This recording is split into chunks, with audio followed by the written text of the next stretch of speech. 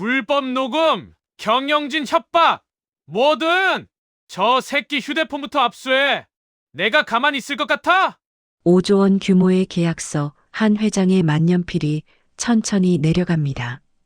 그 순간 그의 휴대폰이 진동합니다. 회장님, 절대 서명하지 마세요. 문자를 보낸 사람은 고졸 출신 25살 수행기사였습니다.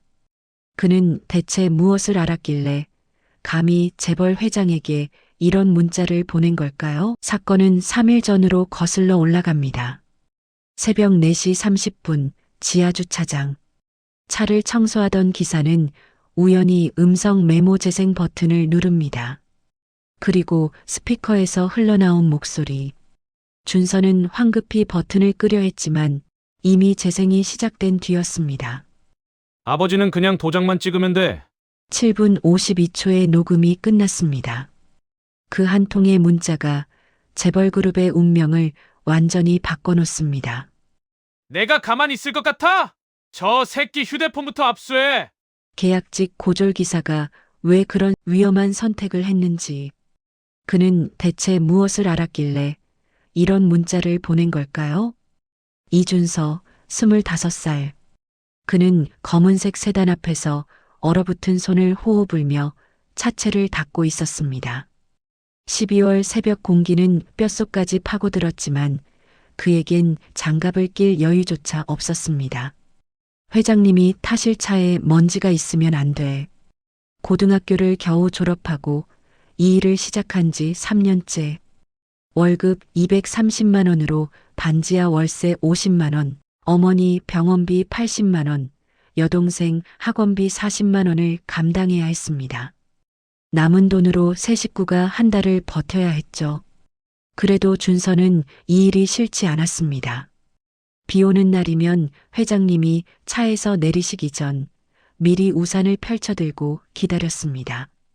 야근하는 비서실 직원들을 위해선 자판기 커피를 몰래 사다 놓곤 했죠. 그리고 매일 아침 회장석 안전벨트를 2번씩 확인했습니다. 사람이 타는 차니까 안전이 제일 중요하지. 어머니가 자주 하시던 말이었습니다. 그날도 준서는 차를 완벽하게 준비하고 새벽 5시 30분 회장님을 기다렸습니다. 그런데 이상했습니다. 평소 같으면 벌써 나오셨을 시간인데 그때 뒷좌석 문이 열렸습니다. 하지만 나타난 건 회장이 아니라 정장 차림의 두 남자였습니다. 부회장님, 먼저 타고 계시면 됩니다. 회장님은 조금 늦으신답니다. 한도윤 부회장, 그리고 최전무. 두 사람은 뒷좌석에 앉더니 서류를 펼치기 시작했습니다. 준서는 고개를 숙이고 운전석에 조용히 앉아 있었습니다. 기사님, 히터 좀 더 틀어주시겠어요? 예, 알겠습니다.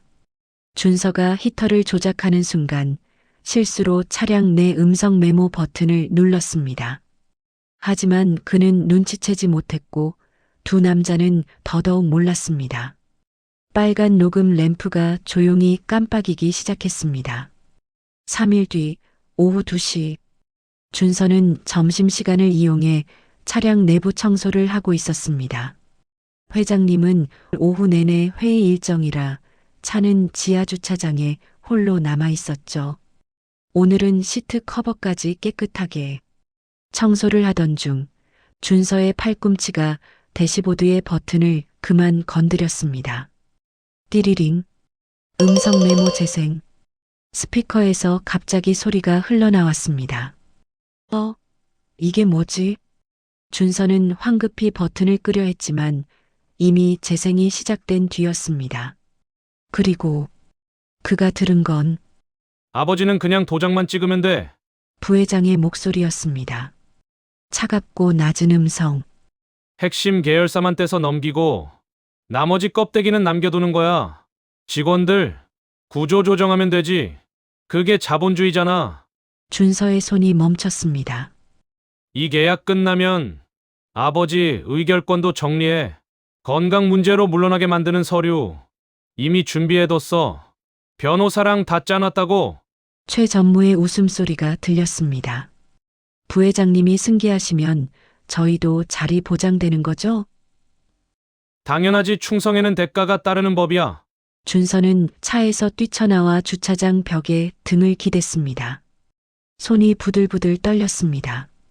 이게 진짜야? 부회장님이 회장님을 쫓아내려고? 며칠 전 뉴스가 떠올랐습니다. 서한그룹 역대급 메가딜 성사 임박. 5조 원 규모의 계열사 매각 계약. 언론은 그룹의 운명이 걸린 계약이라고 떠들어댔죠. 그리고 준서는 알고 있었습니다. 그 계열사에 소속된 공장에서 여동생 알바 친구의 부모님이 일하신다는 걸, 거기서 일하는 직원만 해도 3,000명이 넘는다는 걸, 잘못되면 수천 명이 길거리에 나앉는 거잖아. 준서는 다시 차 안으로 들어가 떨리는 손으로 녹음 파일을 확인했습니다. 7분 52초 생생하게 남아 있었습니다. 그는 휴대폰을 꺼내 녹음 파일을 블루투스로 옮겼습니다. 그리고 USB에도 백업했습니다. 이메일로도 자신에게 전송했습니다. 하지만 그 다음이 문제였습니다. 이걸 누구한테 말하지? 경찰? 고졸 계약직 기사의 말을 믿어줄까요? 회장님께 직접 아들을 고발하는 기사를 믿으실까요? 언론? 불법 녹음으로 오히려 자신이 범죄자가 될 수도 있었습니다. 준서는 머리를 감싸쥐었습니다. 그날 밤 그는 반지하 집으로 돌아와 잠을 이룰 수 없었습니다.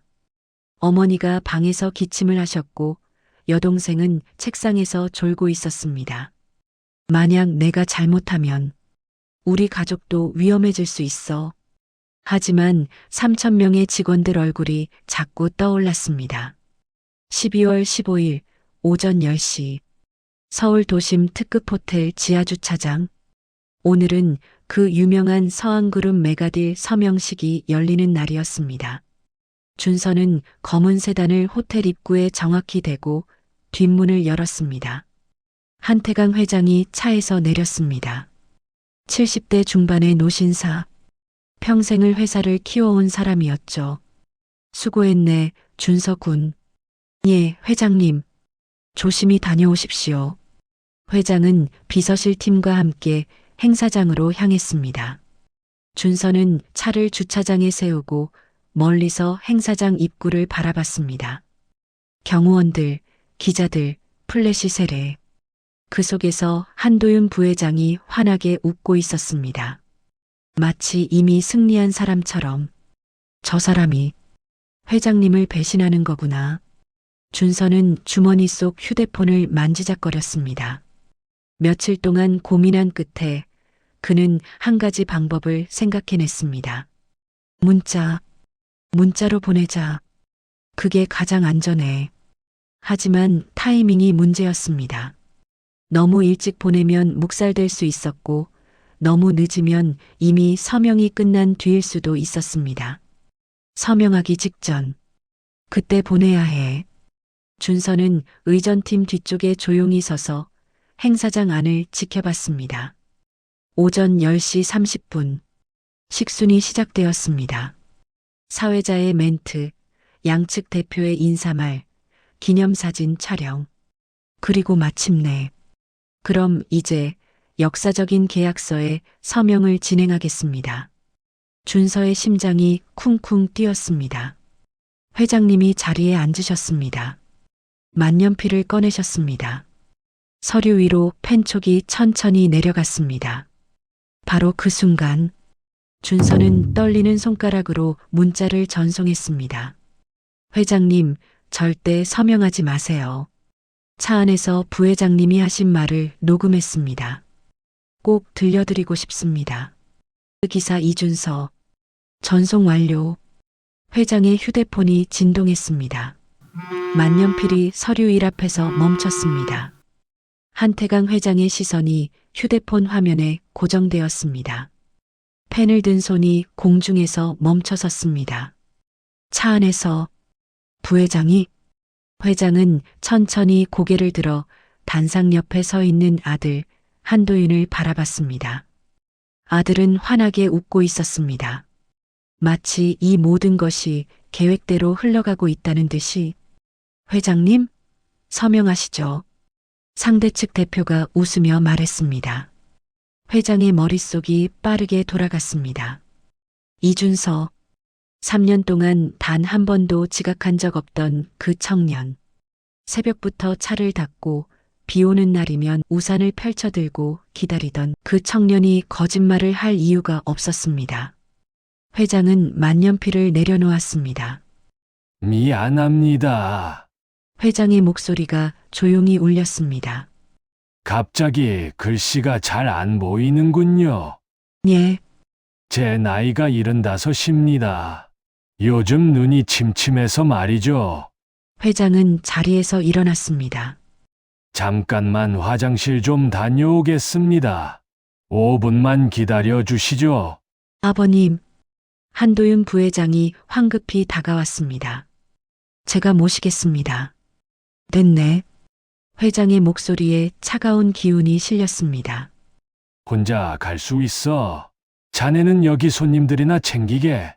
회장은 비서실장에게 눈짓을 했습니다. 아무도 따라오지 마. 10분만 기다려. 지하 3층 주차장. 준서는 차 옆에서 초조하게 서성이고 있었습니다. 문자를 보내긴 했는데 믿어주실까? 엘리베이터 문이 열렸습니다. 한태강 회장이 홀로 걸어 나왔습니다. 준서는 벌떡 고개를 숙였습니다.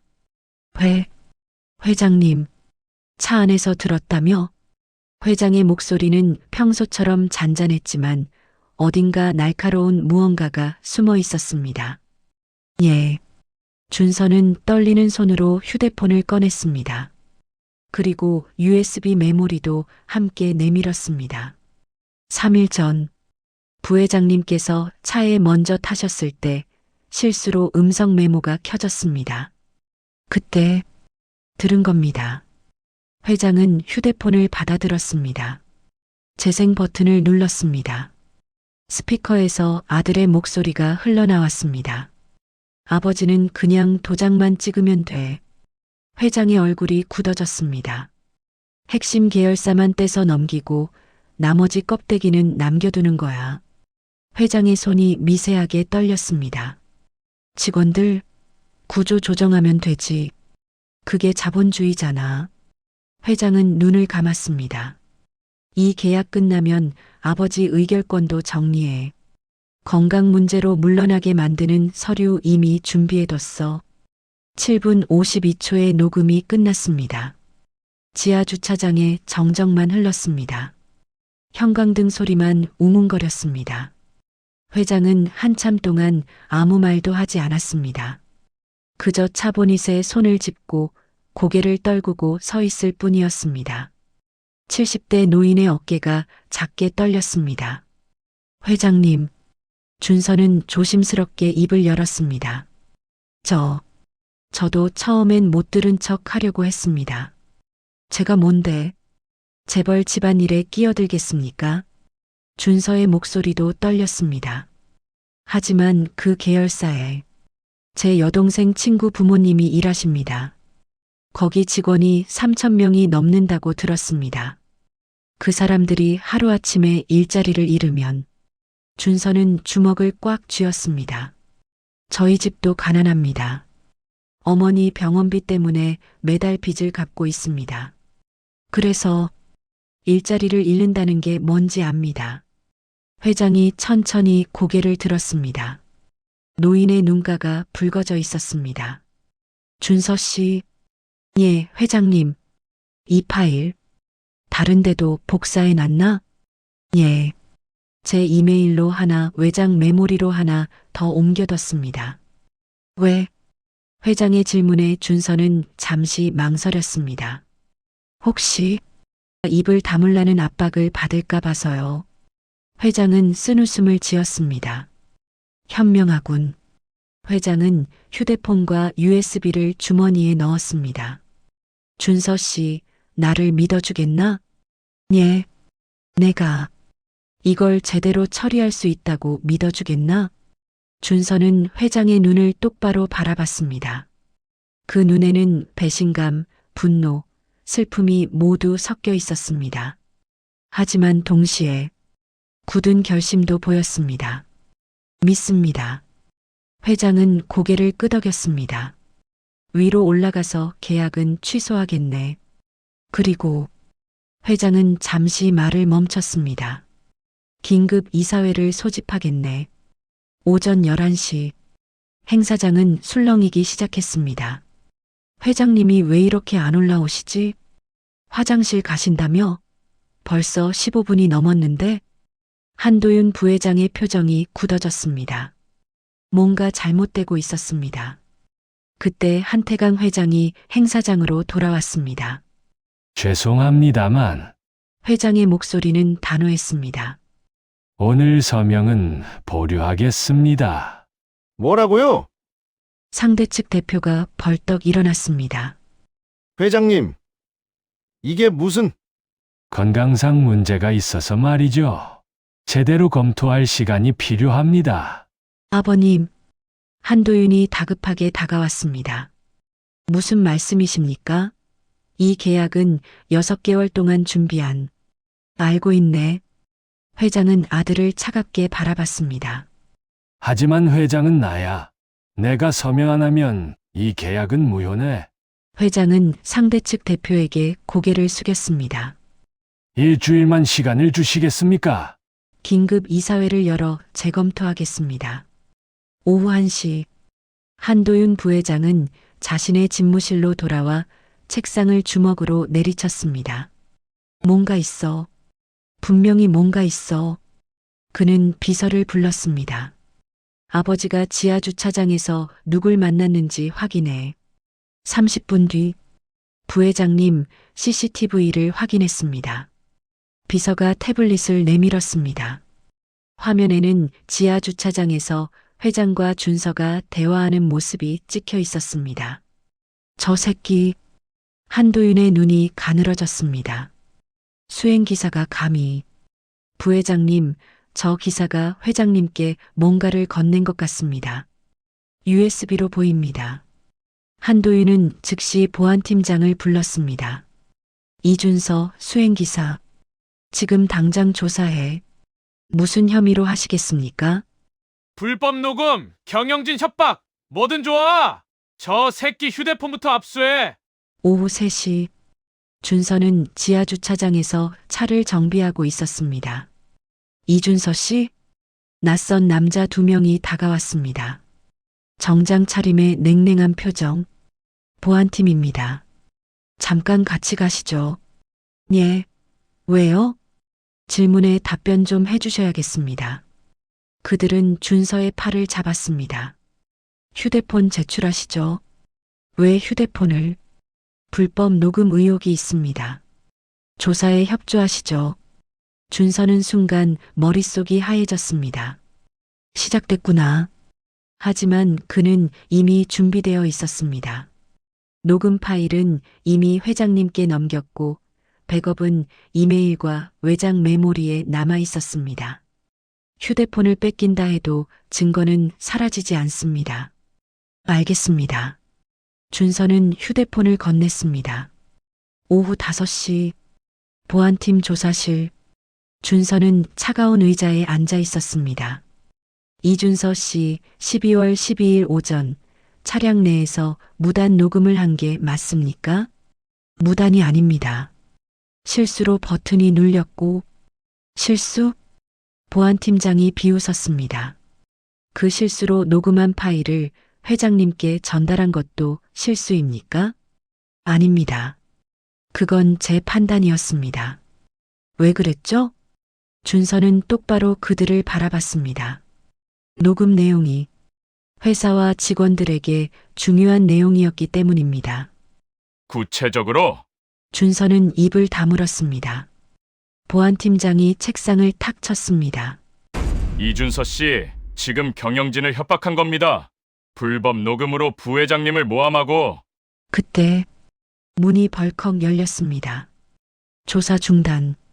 한태강 회장의 비서실장이 들어섰습니다. 회장님 명령입니다. 이준서 씨는 즉시 석방하고 휴대폰도 돌려드리라고 하셨습니다. 보안팀장의 얼굴이 일그러졌습니다. 하지만 부회장님께서 회장님 명령과 부회장님 지시 중 뭐가 우선인지 모르십니까? 비서실장은 준서에게 손을 내밀었습니다. 준서 씨 가시죠. 12월 18일 오전 10시 서한그룹 본사 32층 이사회실 긴급 이사회가 소집되었습니다. 12명의 이사들이 자리에 앉았습니다. 한도윤 부회장도 그중 한 명이었습니다. 회장이 들어서자 모두가 일어났습니다. 앉으시죠. 회장의 목소리는 평소보다 무거웠습니다. 오늘 긴급 이사회를 소집한 이유는 회장은 잠시 말을 멈췄습니다. 이번 메가딜 계약을 전면 재검토하기 위함입니다. 이사들이 웅성거렸습니다. 한도윤이 자리에서 일어났습니다. 아버님, 이 계약은 이미 6개월 동안 준비했고 이사회 승인도 받은 안건입니다. 알고 있네. 그럼 왜 갑자기? 도윤. 회장이 아들의 이름을 불렀습니다. 자네는 이 계약 이후에 뭘 할 생각이었나? 한도윤의 표정이 굳었습니다. 무슨 말씀이십니까? 내게 도장만 찍게 하고 핵심 계열사만 넘긴 뒤 나머지는 어떻게 할 생각이었나? 회의실이 조용해졌습니다. 아버님 지금 그리고 3,000명의 직원들은 회장의 목소리가 높아졌습니다. 구조 조정하면 된다고 했지? 한도윤의 얼굴이 하얗게 변했습니다. 어떻게? 회장은 노트북을 열었습니다. 대형 스크린이 켜졌습니다. 여러분께 들려드릴 게 있습니다. 회장은 재생 버튼을 눌렀습니다. 스피커에서 한도윤의 목소리가 울려 퍼졌습니다. 아버지는 그냥 도장만 찍으면 돼. 이사들의 얼굴이 굳어졌습니다. 핵심 계열사만 떼서 넘기고 나머지 껍데기는 남겨두는 거야. 누군가 헛기침을 했습니다.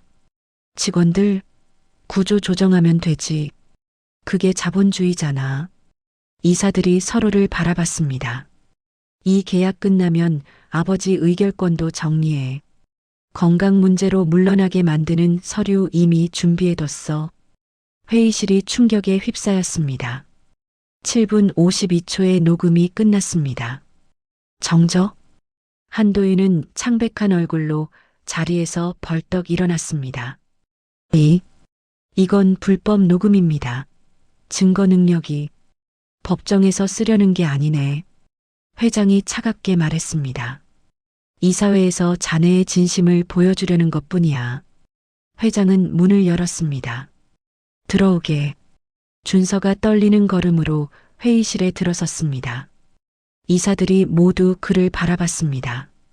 이 친구가 이준서 씨, 제 수행기사입니다. 회장이 준서의 어깨에 손을 얹었습니다. 이 친구가 차 안에서 들은 진실을 가져왔습니다. 준서는 고개를 들어 이사들을 바라봤습니다. 떨렸지만 목소리를 냈습니다. 저는 고졸의 계약직 수행기사입니다. 그의 목소리가 회의실에 울렸습니다. 하지만 운전을 하면서 들은 건 단순한 뒷담화가 아니었습니다. 준서는 한도윤을 똑바로 바라봤습니다. 수천 명의 삶이 달린 말이었습니다. 그래서 문자라도 보내야 했습니다. 이사들 중 한 명이 고개를 끄덕였습니다. 회장이 입을 열었습니다. 오늘 이 자리에서 결정하겠습니다. 회장의 목소리는 단호했습니다. 첫째, 메가딜 계약은 전면 백지화합니다. 둘째, 한도윤 부회장은 모든 직책에서 해임합니다. 셋째, 이 건에 대해 검찰 수사를 의뢰하겠습니다. 한도윤이 비틀거렸습니다. 아버지, 넌 이미 내 아들이 아니야. 회장의 목소리는 차가웠습니다. 넌 이 회사를 배신했고 직원들을 배신했어. 회장은 이사들을 돌아봤습니다. 찬성하시는 분? 12명 중 11명이 손을 들었습니다. 한도윤만 자리에 주저앉았습니다. 12월 18일 오후 2시 이사회가 끝나고 한도윤은 자신의 집무실로 비틀거리며 들어갔습니다. 책상 위에 명패, 부회장 한도윤. 그는 그것을 집어던졌습니다. 철컥. 명패가 벽에 부딪혀 바닥에 떨어졌습니다. 고졸 기사 따위한테 내가 그의 손이 떨렸습니다. 하지만 한도윤은 쉽게 무너질 사람이 아니었습니다. 그는 즉시 변호사를 불렀습니다. 김 변호사, 지금 당장 와. 그리고 언론사 기자들 연락처 정리해도 무슨 일이십니까? 역공할 거야. 한도윤의 눈빛이 날카로워졌습니다. 불법 녹음으로 무고죄, 그리고 명예훼손. 저 기사 새끼 감옥에 넣을 거야? 12월 19일 아침. 준서는 회사 앞 편의점에서 김밥으로 아침을 때우고 있었습니다. 휴대폰이 울렸습니다. 어머니였습니다. 준서야, 뉴스 봤니? 무슨 뉴스요? 너. 내 얘기가 나왔어. 준서는 황급히 포털 사이트를 켰습니다. 수행기사의 불법 녹음. 재벌 2세 몰락시킨 25살 기사. 과연 영웅인가 범죄자인가? 한도윤 측 명백한 불법 녹음. 법적 대응 예정. 댓글창은 난리였습니다. 고졸 기사가 감히 재벌 아들을 크크크 오버한다. 아니 근데 불법 녹음 맞잖아. 저것도 처벌 대상임. 요즘 기사들이 선 넘네. 회장이 속았나? 3,000명 살린 영웅이지. 불법이어도 해야 할 때가 있다. 준서의 손이 떨렸습니다. 그때 낯선 번호로 전화가 왔습니다. 여보세요? 이준서 씨? 저는 MBC 취재팀인데요. 인터뷰 좀. 뚝. 전화를 끊었지만 또 다른 번호가 울렸습니다. JTBC입니다.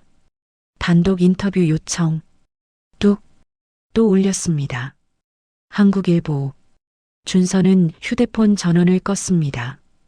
그날 오후 준서는 비서실장에게 호출되었습니다. 준서 씨, 회장님께서 부르십니다. 회장실. 한태강 회장은 창밖을 바라보고 서 있었습니다. 앉게. 예. 준서는 조심스럽게 소파에 앉았습니다. 뉴스 봤나? 예. 회장은 돌아서서 준서를 바라봤습니다. 무섭나? 솔직히. 예. 준서는 떨리는 목소리로 말했습니다. 한도윤 씨가 저를 고소할 거라고 하더군요. 불법 녹음, 무고죄, 명예훼손. 회장은 소파에 앉았습니다. 준서 씨. 예, 회장님. 내가 변호사 선임해 주겠네. 이 나라 최고 로펌으로. 아닙니다. 저는 듣게나. 회장의 목소리는 단호했습니다. 자네는 옳은 일을 했어.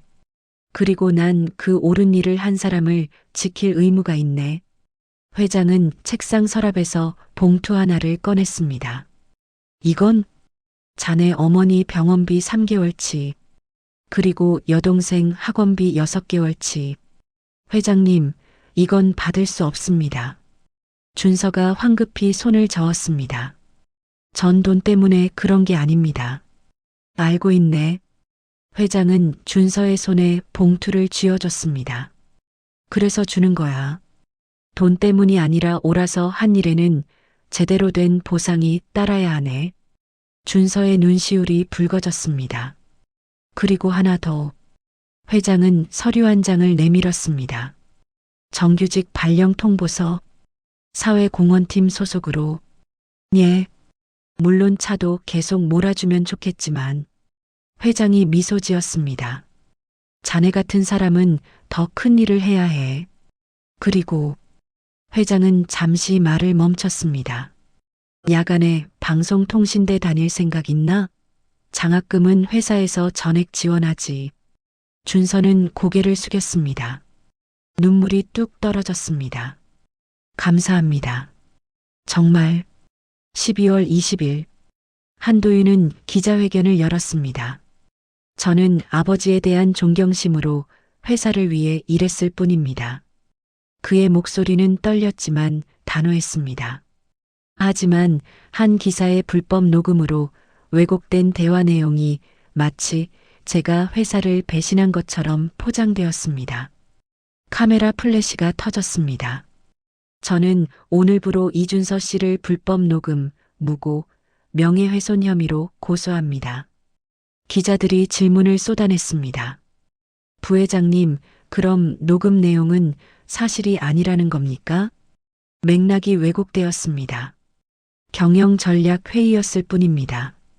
그럼 아버지를 물러나게 한다는 발언은 농담이었습니다. 사적인 대화를 몰래 녹음해서 한도윤은 카메라를 똑바로 바라봤습니다. 저는 법정에서 제 결백을 증명하겠습니다. 12월 21일 오전 준서는 경찰서에 출석했습니다. 변호사가 옆에 있었지만 떨림은 멈추지 않았습니다. 이준서 씨, 12월 12일 차량 내에서 녹음 버튼을 누른 게 맞습니까? 형사의 질문이 날아왔습니다. 예, 실수로 눌렀습니다. 실수라는 증거가 있습니까? 차량 정비 중이었고 팔꿈치가 버튼에. 그 후 파일을 백업한 건 실수가 아니죠? 준서는 잠시 침묵했습니다. 아닙니다. 그건 제 판단이었습니다. 왜 백업했습니까? 내용이 중요하다고 생각했기 때문입니다. 형사가 펜을 놓았습니다. 이준서 씨, 통신비밀보호법 위반 가능성이 있습니다. 타인의 대화를 동의 없이 녹음했으니까요. 변호사가 끼어들었습니다. 하지만 공익제보 목적이었습니다. 수천 명의 일자리가 걸린. 그건 법원에서 판단할 문제입니다. 그날 저녁, 준서는 반지하 집으로 돌아왔습니다. 어머니가 마중을 나왔습니다. 준서야. 괜찮아요, 엄마. 준서는 억지로 웃었습니다. 변호사 선생님이 잘 도와주실 거래요. 여동생 지민이가 방에서 나왔습니다. 오빠 뉴스에서 봤어. 오빠가 영웅이래. 무슨 영웅이야? 준서는 동생의 머리를 쓰다듬었습니다.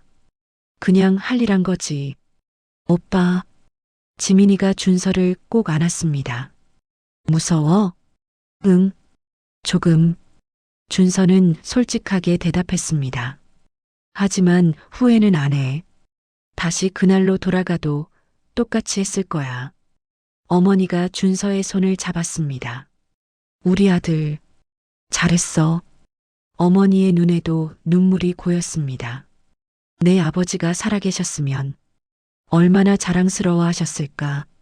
그날 밤, 준서는 잠들지 못하고 천장을 바라봤습니다. 내가 잘한 걸까? 법정 싸움, 여론의 비난, 재벌가의 보복, 모든 게 두려웠습니다. 하지만 3,000명의 직원들, 그들의 가족들, 그들이 내일도 출근할 수 있다는 것, 그 생각을 하니 조금은 마음이 편해졌습니다. 3개월 뒤 3월 법원 판결이 나왔습니다. 피고인 이준서에 대한 통신비밀보호법 위반 혐의는 준서는 숨을 죽였습니다. 공익제보 목적이 인정되어 무죄를 선고한다. 쿵. 판사의 망치 소리. 준서는 그 자리에서 주저앉을 뻔했습니다. 변호사가 그의 어깨를 두드렸습니다. 축하합니다. 방청석에서 어머니와 지민이가 울고 있었습니다. 그리고 한쪽 구석에는 한태강 회장이 조용히 앉아 있었습니다. 회장은 준서를 향해 고개를 끄덕였습니다. 반면 한도윤은 배임, 횡령 혐의로 기소되었습니다. 녹음 내용을 바탕으로 검찰이 수사한 결과 실제로 회장을 몰아내기 위한 서류들이 발견되었고 비자금 조성 정황도 드러났습니다. 1심에서 징역 3년이 선고되었습니다. 재벌 2세의 몰락. 언론은 연일 그 소식을 보도했습니다. 4월, 준서는 사회공헌팀 사무실에서 첫 출근을 했습니다. 정규직 명찰. 사원 이준서. 이 사원님 환영합니다. 팀장이 환하게 웃으며 악수를 청했습니다. 열심히 하겠습니다. 준서는 90도로 인사했습니다. 그날 오후 준서는 첫 업무를 받았습니다. 서한그룹 장학금 수혜자 선발 기준을 팀장이 서류를 넘겼습니다. 특히 고졸 출신, 저소득층 학생들에게 더 많은 기회를 주라는 게 회장님 지시세요.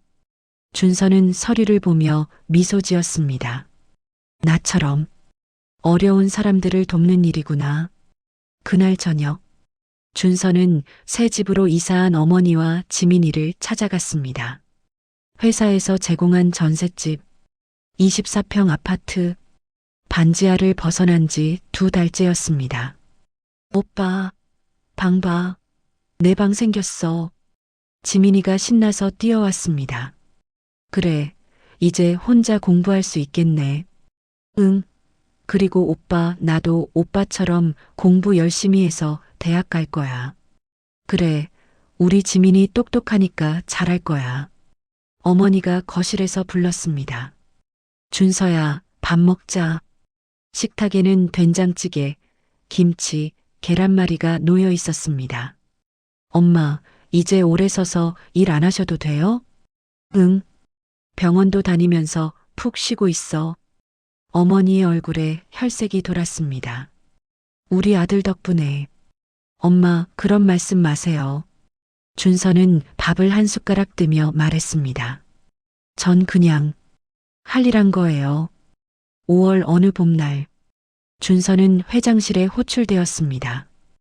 회장님 부르셨습니까? 오, 준서 군. 앉게. 회장은 소파에서 김밥을 먹고 있었습니다. 편의점 김밥이었습니다.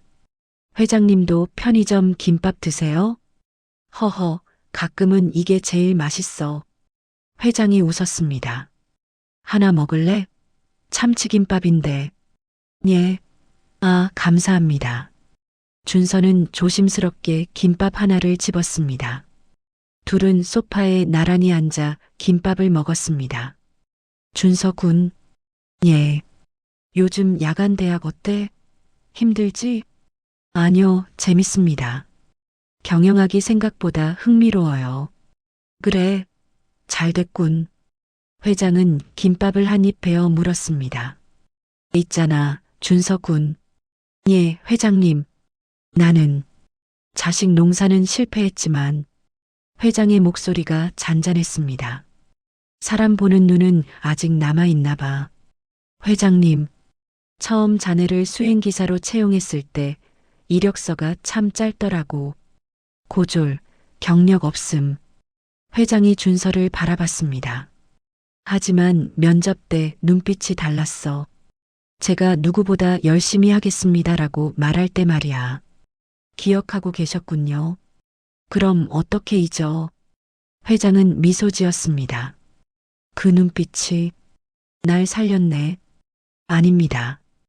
회장님께서. 됐네. 회장이 손을 저었습니다.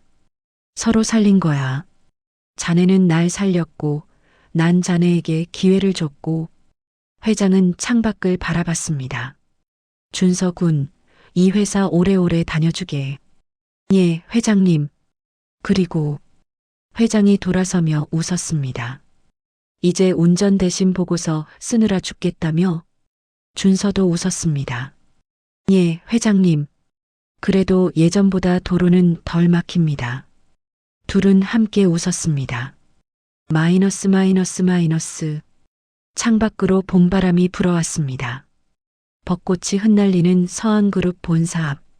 준서는 출근하는 직원들을 바라봤습니다. 3,000명. 그들은 오늘도 회사에 출근하고 가족을 먹여 살리고 내일을 준비하고 있었습니다. 그중 아무도 준서를 알아보지 못했습니다. 하지만 그것으로 충분했습니다. 내가 한 일이 옳았구나. 준서는 명찰을 만지작거렸습니다. 사원 이준서. 더 이상 기사가 아니었습니다. 하지만 여전히 누군가를 모시는 사람이었습니다. 회장이 아니라 이 회사의 모든 직원들을. 그날 저녁, 준서는 방송통신대학 강의실에 앉아 있었습니다. 교수가 질문했습니다. 경영에서 가장 중요한 건 뭘까요? 누군가 손을 들었습니다. 이익입니다. 맞습니다. 또 효율성입니다. 그것도 맞아요. 교수가 칠판에 글씨를 썼습니다. 사람.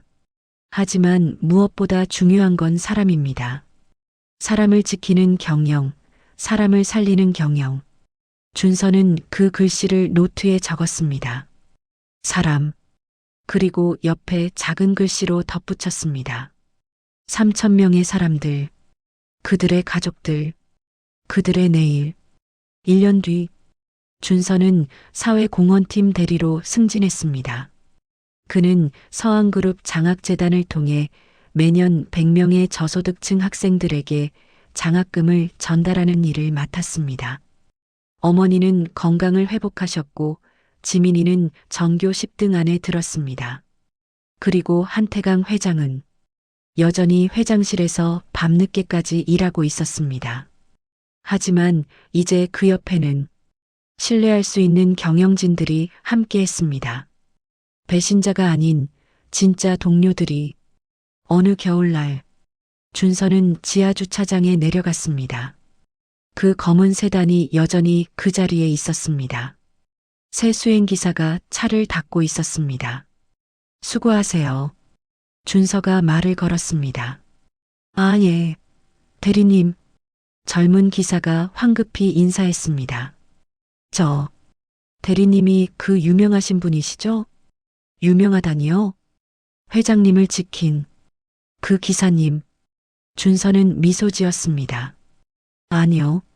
전 그냥 문자 한 통 보낸 거예요. 그는 차보닛을 쓰다듬었습니다. 이 차 안에서 들은 진실을 용기 내서 전했을 뿐이죠. 대단하십니다. 아닙니다. 준서는 젊은 기사의 어깨를 두드렸습니다. 당신도 언젠가 옳은 일을 해야 할 순간이 올 겁니다. 그때 두려워하지 마세요. 예. 준서는 엘리베이터에 올라탔습니다. 문이 닫히기 직전 그는 다시 한번 차를 바라봤습니다. 3년 전 자신이 서 있던 그 자리. 새벽 4시 30분 얼어붙은 손으로 차를 닦던 그 순간. 그때는 몰랐습니다. 자신의 작은 용기가 한 회사를, 한 가족을, 그리고 자신의 인생을 완전히 바꿔놓을 줄은.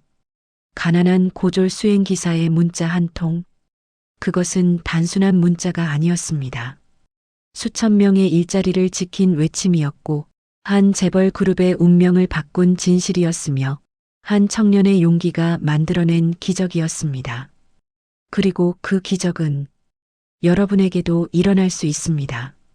옳은 일을 하는 데에는 학벌도 돈도 권력도 필요 없습니다. 필요한 건 단 하나. 용기. 바로 이것이었습니다. 오늘도 여러분의 인생을 응원합니다. 감사합니다.